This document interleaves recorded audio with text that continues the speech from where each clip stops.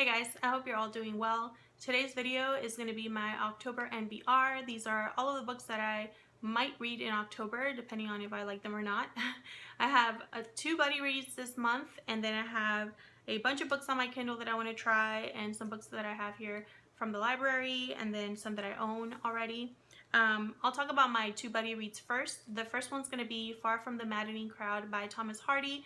I'm going to be reading this one with Amanda Center here on BookTube. I'll have her channel linked down below. I've never read anything by Thomas Hardy, but I've heard good things, so I'm really excited about that. And of course, I get to buddy read with Amanda, which I always enjoy. And then my other buddy read is In Cold Blood by Truman Capote, and I'm going to be reading this one with Roxanne. I'll have her channel linked down below, and I'm really excited about this one. This one is a true crime novel, and I just love true crime. This is a book that I've had on my TBR for years and years, and I just have never gotten around to it, but I checked it out from the library on my Kindle, and so that's one that I definitely want to read in October. I also have two books on my Kindle.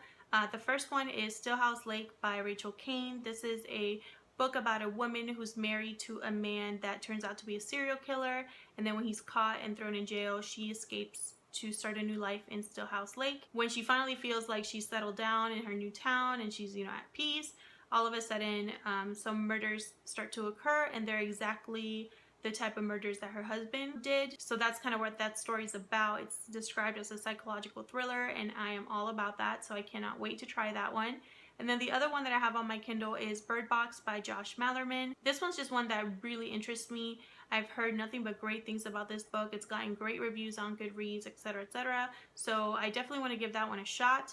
And then the other books that I want to talk about, I have one from the library here, and then the other ones I own. The one that I checked out from the library is Sing Unburied Sing by Jesmyn Ward.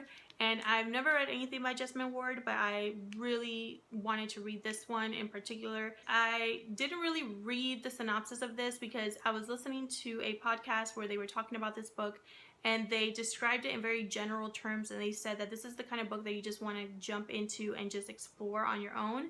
So that's kind of the way that I'm going to be approaching this one.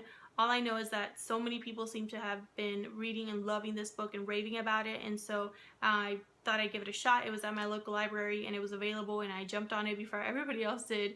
So I'm really excited about this one. I hope that this is one that I end up reading. And then the other one that I have here is a mystery. This is Death in Holy Orders by P.D. James. And this will be like my fourth book by P.D. James. I just love her murder mysteries. They're just so much fun, and they're always so different. So this is one that I've picked up last year, actually, when I was in New York. I picked up a mass paperback copy, and then I upgraded to this beautiful hardback that is so much easier to read, and I just cannot wait to dig into it. I actually already started reading this.